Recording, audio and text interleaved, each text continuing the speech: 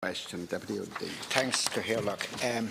This question relates to a situation dating back to August, when the Department of Social Protection unilaterally decided to change the certification system for illness benefit without any notification or without any advance consultation. So I want to see what the situation is now. Has the position settled down, and is the new system operating seamlessly? Thanks, Deputy, and thank you, Chair. Illness benefit is one of our schemes under which people who are unable to work due to illness or injury are entitled to receive a weekly payment from the Social Insurance Fund. The basic rate of payment for a single person is €198 per week. An entitlement to the payment, which may be made for a period of up to 2 years, is contingent on a person's social insurance record and being certified by their general practitioner as being unfit for work. In relation to certification, it's important to point out that when the new certification form was introduced, the Department agreed that GPs could continue to use their existing stock of old forms until it was exhausted. And whilst it's not possible to give an actual breakdown in the number of GPs using the new forms, what I can say is that over 70% of the forms that we're receiving, which is around 9,000 certificates and claims every single day, are received on the new form. At present, payments are made to GPs in respect of the old and the new versions of the form. And as the Deputy will know, issues have arisen in relation to the scheme over recent months, and my department has been working hard to resolve these issues and to ensure that the claims are processed and paid promptly. And I genuinely believe we've made good progress in this regard, with payment levels maintained at what would be expected norms of in excess of 50,000 customers paid each week for almost the last 2 months. Again, I'd wish to reassure the Deputy that my department has had a long and genuinely positive partnership with GPs over many, many years, and we are committed to maintaining good working relationships with our GPs. And in that regard, Deputy O'Dea, I can confirm that discussions with the GP representatives with respect to moving to a new from paper, the current system, to a new e-certification have just concluded, and concluded successfully, I might add, and I want to thank them for their engagement. And I expect e-certification to be introduced in the first half of next year.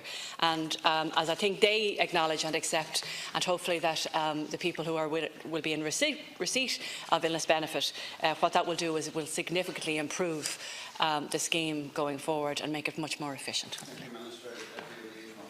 Minister for her response, but some of the information I'm getting contradicts that to some extent. First of all, the Minister said that the old forms could continue to be used until the stock ran out, but the information available to me is that people have submitted photocopies, which means that they continued after the stock had run out, and they've been paid in respect of those photocopies.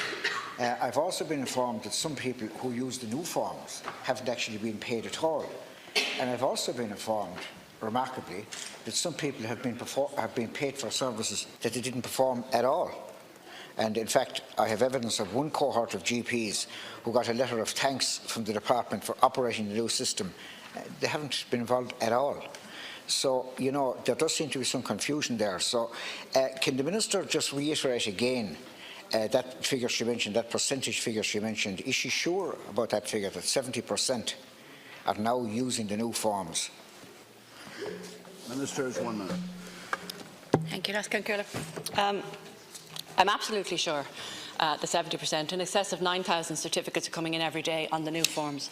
I'm also absolutely sure that we were perfectly clear, and it remains so, that when we issued the circular to GPs on the 6th of August, that we would pay for the new forms, but we would also continue to pay until the old forms that were in situ in all of our GP offices and clinics around the country were exhausted. And photocopies do not constitute an old form. They are a photocopy of a form.